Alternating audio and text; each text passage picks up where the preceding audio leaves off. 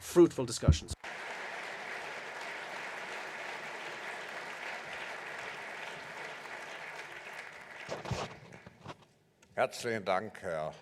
Thank you, Mr. President, Mr. Leuenberger. It is a very special pleasure and honor for me to welcome the Chancellor of the Federal Republic of Germany, Dr. Merkel. It's not the first time that you are here in Davos, Mrs. Merkel, and I can say with some satisfaction that already in 1993, when you were a fresh minister in the cabinet of Chancellor Kohl, following reunification, we nominated you as a young global leader of tomorrow, and now you are actually a global leader of today.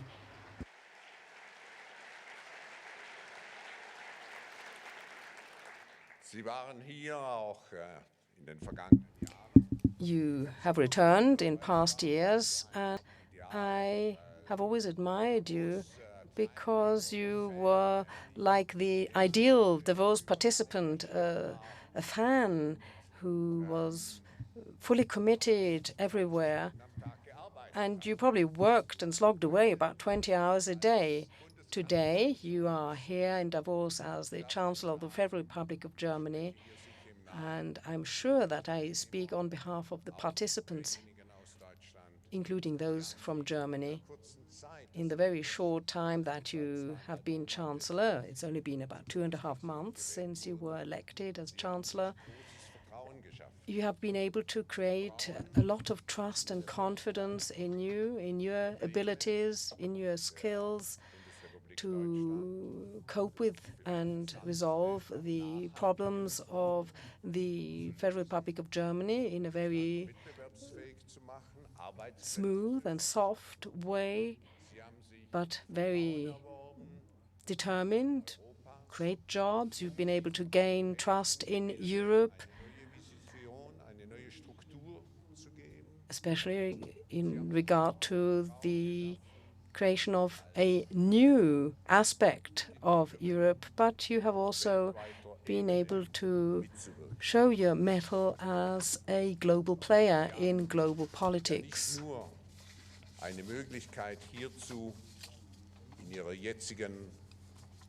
In your current functions as a Chancellor of the Federal Republic of Germany, you will be able to do a lot. Also next year, when you will be the President of the European Union, or rather the President of the Council of Ministers and Heads of State, when you have the presidency of the European Union and at the head of the G8.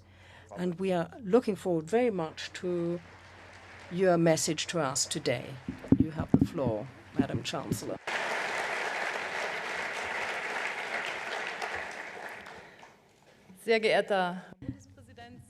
Mr. President of the Confederation, Mr. Schwab, ladies and gentlemen, I would like to thank you very warmly for this invitation that has been given me to address the plenary of the forum. It's a great honor for Germany, and I am delighted to be here.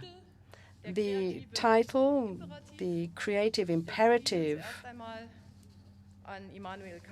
will probably remind us all of Immanuel Kant and his imperative,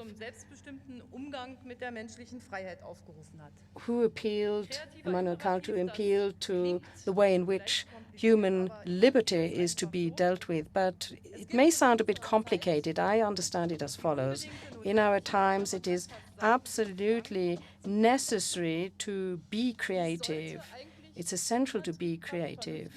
And it really should be the driving force behind sensible, creative politics. At least I can say that for what I'm responsible for. But I think it's more and more necessary for all those who are competing with ideas, for all those who want to shape their own future. And I think that applies to everyone Now, in Germany, since we are preparing the World Football Cup, we are talking a lot about Germany as the country of ideas.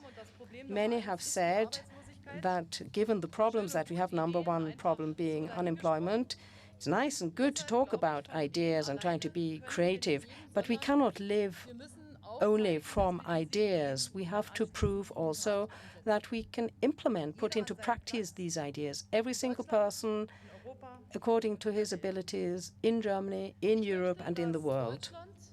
I would very much like to see Germany becoming one of the first 3 European countries within the next 10 years in terms of growth, employment, and innovation. That is what I wish for Germany. And I believe very firmly in our ability to do so. But I think it's also going to be of essential importance for Europe that Germany achieves this. It's very nice to hear implement ideas, but if you look at things very coldly and analytically, we are as if paralyzed by events and situations and don't seem to be able to overcome this. This doesn't work, that doesn't work. But when I speak about Germany, I believe we need more freedom of movement, more leeway, more freedom of action. And if we want to achieve this, to become amongst the leaders in the next 10 years in employment and creativity, then I would like to use this slogan, this age-old tradition, growth and employment and work. But for all that, we need freedom. We have to remove obstacles. We have to open the windows. We have to breathe deeply, fresh air, and we have to see the opportunities rather than the risks and the hazards. It is a responsible liberty. It's not exemption from responsibility, but the liberty to take action. When I prepared this speech, I was not only thinking of Immanuel Kant, but someone else came to my mind, a predecessor of mine, the father of the social market economy. He, in 1948, said that the connection between freedom and responsibility requires order. And in 1957, when he wrote Prosperity for All, he wrote, and I quote, "I want to prove myself with my own strength. I want to bear the risk of life myself. I want to be responsible for my own destiny. And you, the state, see to it that I am able to do this," unquote. Own strength, your own strength, on the one hand, and the state as the force that gives order. These are the two poles of the market economy. And what Erhard said in 1947 and 1958 and what he did in those years are still valid. And it's really a pioneering kind of attitude. For me, it is the most dignified and humane market and social economy. We have to believe in the mature citizen, and that is really the idea behind social balance and equal opportunity. This spiritual and intellectual idea of responsible freedom. We have learned this from dire situations, mass unemployment, war. And in Germany, it did not just stay an idea, it was implemented in Germany, and it was reflected in what was called the economic miracle. What about today? We have to cope with many problems. There's a very high and terrifyingly high level of unemployment in Europe. All those who feel competition and have to fear for their prosperity are afraid about this globalization. Those who cannot participate in the economic wealth, they have fears. And it is true that the world has changed very rapidly. At the end of the Cold War, in Germany, this was connected with the fall of the wall in Berlin on the 9th of November, maybe triggered off also, at least promoted with the development of the internet Information now can be found everywhere. The industrialized countries now account for 20% of the world population, but consume 70% of total energy consumption. We know that more than 1 billion have to survive on less than $1 a day. There is a tremendous economic growth in China of more than 10%. All this indicates there is a lot of change forthcoming. In about 200 years ago, Europe turned into an industrial society from an agricultural society, and that was a tremendous change. We are now in a time where the industrial industry has become a knowledge industry and has developed quite far along this road, and this poses qualitative challenges. We have to rethink these challenges and we have to see all of this against this backdrop. What kind of framework, what order do we need? This modern society, what framework do we need so that all can profit and benefit from the fruits of the economy and industry? This is a question that is the same for all industrialized countries, emerging countries, developing countries. And if we cannot find a conclusive answer to this question, very serious social disorder and troubles may develop, the consequences of which we have to be responsible for. And I think one of the appropriate answers is the creative imperative. We have to make sure that the political world intervenes at the right points and also gives up or withdraws when it is appropriate. Just as at the beginning of the market economy, the social market economy, we have to make use of our own strengths and strong points and the driving force of the political world and bring a balance to these two elements. From my point of view, certain points have to be set. There's a need for further development of the social market economy. I would call it a new social market economy, rising to a new level into two directions. First of all, we have to bear in mind the international dimension, but we also have to see what it means in terms of global networking. For this new social market economy, in Germany at least, all sorts of questions are raised. Does it mean that we are giving up the principles of the market economy or the social market economy? I don't think so. We simply have to realize and accept that there are new challenges that have to be met to shape globalization. The righteous fears come from the fact that the people have lost their trust in the politicians to shape globalization properly. And I still believe that politicians have a role to play in the shaping of globalization. So something has to be done. That's absolutely clear. It means we must change our national policies. It means that we, as the biggest economy of Europe, must assume our responsibilities in Europe. We have to do that in our own particular way, but that is a permanent task that we face. We must take up our international responsibilities, and as you've said, Professor Schwab, also holding the chairmanship of the G8, we also have a contribution to make in that role. So, in the 21st century, to shape a new market, a social market economy, first of all, we need new priorities for political action. The political understanding has to come first, and that must concern itself with the future generation. And in Germany, that means that we have to reform our financial situation. We have to reform our budgetary situation. We know we have too few young people, but at the same time we are living at we're permanently indebting ourselves, indebting future generations. And that is narrowing the room for investment and development, and that is morally indefensible. Secondly, we have to invest in the future. And for me, that means that research and development must be the focus of our investment, because innovation is the key.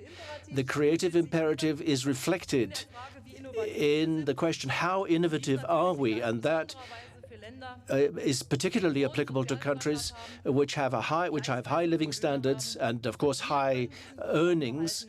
And that is only possible to maintain that if we give absolute priority to innovation. The fact that we in Germany have now decided to adopt the target by 2010 of 3% of GDP for development purposes, that is a political task, but it is also a task for business, for the economy, and that once again means for politicians and politics that must create the framework within which these things are possible. Pharmaceuticals, for example, gene technology. Because it is that, the creation of the framework within which this can happen, which will make it possible. It is also a competition among the best intellects, the best minds, which is something we have to organize. In a society like Germany, we have to also improve the balance between professional life and family life, and in particular, smaller units and more flexible structures have to be given priority. And in Germany, that means we have to reshape the federal structure in order to improve and expedite decision making. And there's one point which I think is particularly important, and that is the reducing the labor costs, the additional labor costs, and labor and unemployment is the key here, because that is the way people gauge their own prosperity, their own welfare. We have to ask ourselves, and I can do so by giving you one example, what are people going to spend in future? What are they going to spend their money on? And if we look at the field of health, that is of extraordinary importance, which has to develop in the sense of freedom, and that is going to be a very important point for us when we reform the health system. The tax system has to be made viable for the future. And I want to say this to everyone who is thinking perhaps of investing in Germany. We have to create stability so that entrepreneurs can rely on the long-term applicability of what has been decided. And that is something I would like to say to all potential investors. Ladies and gentlemen, we also, of course, need a world in which we can reflect on competitiveness in the international order.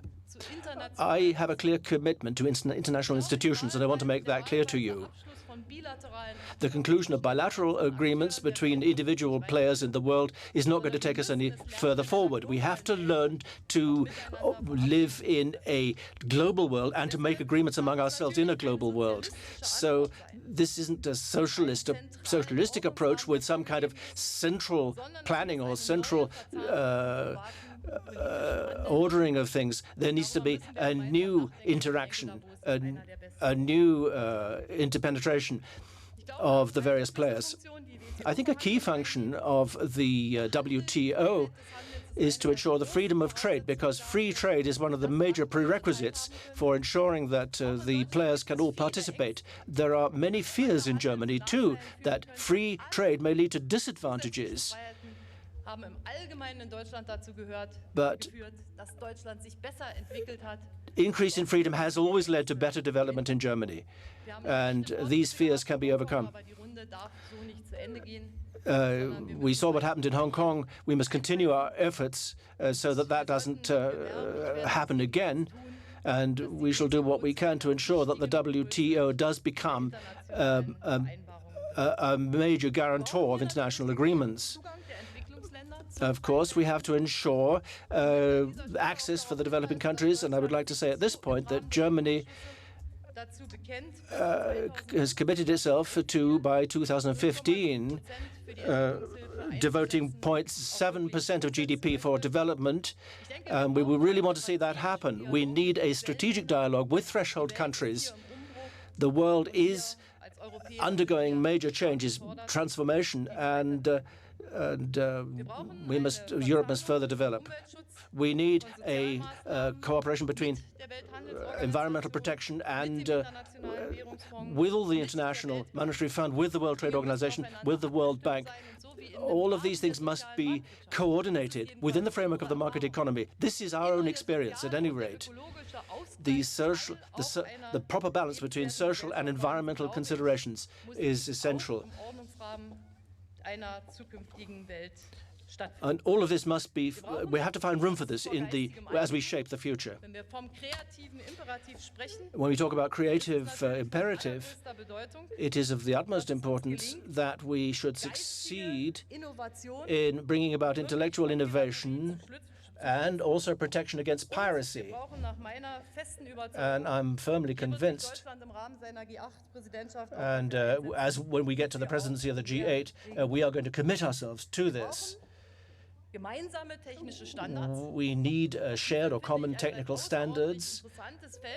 This is an extraordinarily interesting field because this is a question of market access.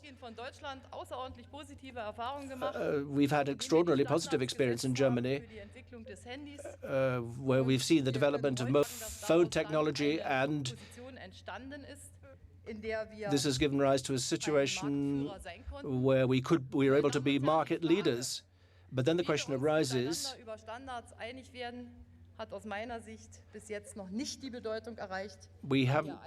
this hasn't actually developed to the point that it might.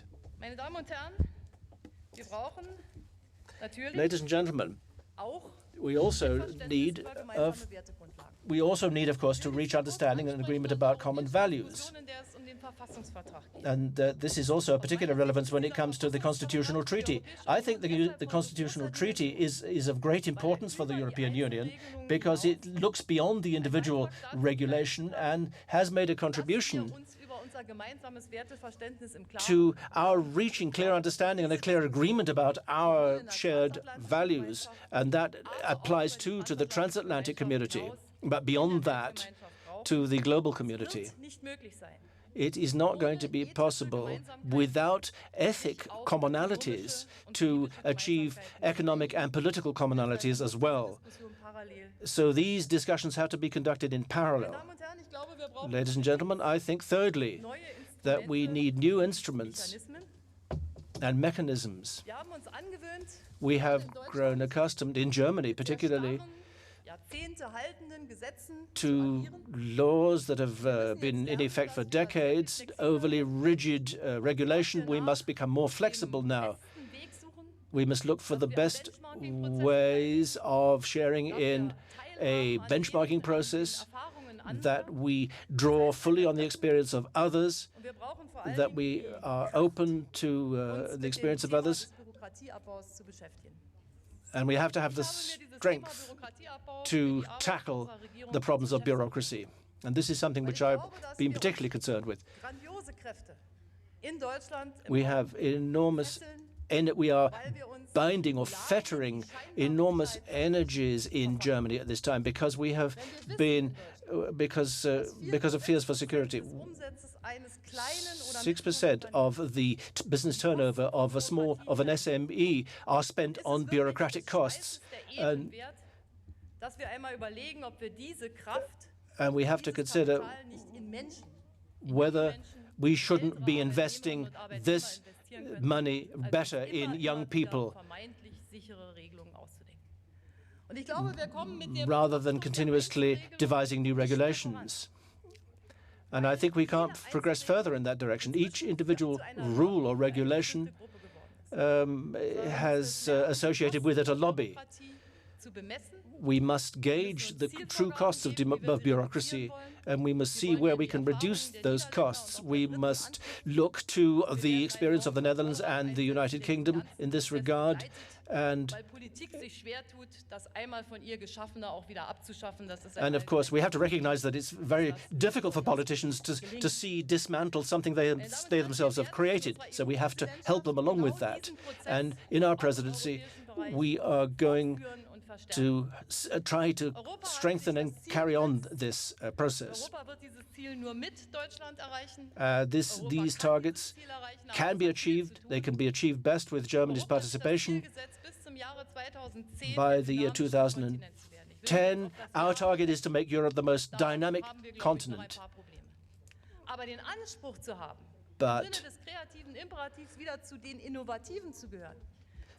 But to turn this creative imperative into real innovation, that is a challenge. That is something which we must not give up, because our future prosperity depends on it. But the so-called Lisbon strategy has to become our political priority in Germany. So we're trying to do something for the first time in the European Constitution. That is to test the guidelines, the rules which have been in place for decades. We're not simply adding to something which was already there, but we also look to see what can be done away with. And it's better perhaps to do away with some obsolete guidelines or directives rather than creating new regulations. And we shall never tire of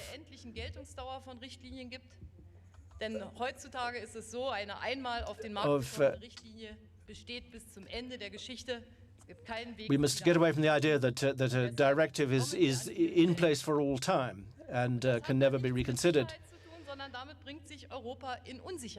because that, in fact, could lead to greater insecurity for Europe. And it is in the course of our presidency, I think we shall be in a position to harness the potential of Europe and to really do something with it. Ladies and gentlemen, all in all, then, we face great tasks, great challenges. We are in a world which is developing, which is undergoing rapid transformation, headlong transformation. And I belong to that part of the world which has been accustomed to be at the forefront of movement. Since the end of the Cold War, we've seen that dreams have come true. We've seen that suddenly we had our freedom, and after that we saw that freedom entailed a stronger competition process. We had the most wonderful prerequisites, at least for Germany, this was true. Much experience with democracy, much experience with conflict resolution, good social networks, environmental security. And it would be disastrous if we could not muster the energy to take up the challenges that face us now and to seize the opportunities before us. I think we can do this if we all understand that freedom is an elementary good for humankind, but it isn't arbitrariness, it is responsible freedom, and the new dimension of the social market economy will help us to find our place in this new world. There'll be no problem that we can shirk. This is the challenge that we all face. In my government declaration, I said that we seek to make many small steps. We're working in a grand coalition, but I'm firmly convinced that if we go about this decisively, resolutely, in taking these small steps, then we have every possibility of ensuring that Germany plays its role in the world as a motor, as an engine in Europe, as a responsible participant in the G8, as a nation which assumes that everyone has the equal right to improve their living standards, that we understand about the finite nature of resources, And that's important to understand that, as well as setting free our energies and our resources. And of course, this also involves our energy policy. We have no definitive strategic responses to these questions. We need to get to grips with an energy policy, how we can save energy. I was once environment minister, and I saw that good technologies can also be a creative imperative. Ladies and gentlemen, 200 years ago, James Watt said, and I quote, "There's nothing. The most important thing in life is to invent."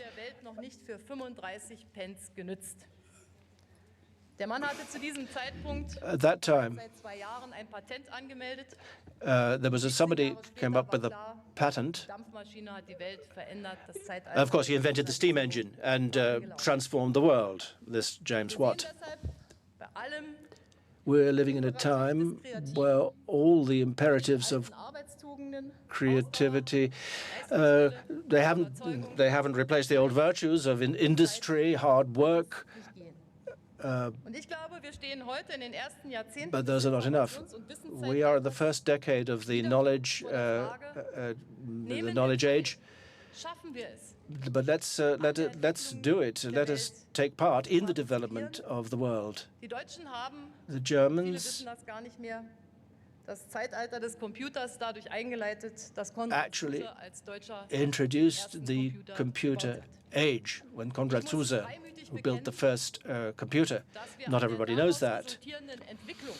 And looking at the developments that have resulted from that, if I look at Google, Microsoft, and others, it looks as if we haven't sufficiently participated in this. This is rather a painful recognition, because we have to consider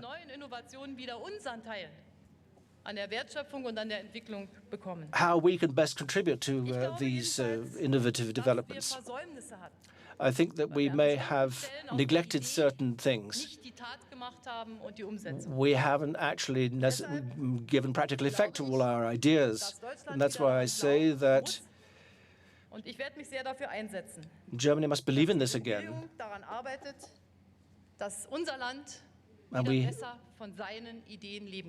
believe, and we must believe, that our country can live better from its ideas. Germany and Europe will make their contribution to ensuring that when people look back, they will say that these years were the years of innovation in Europe.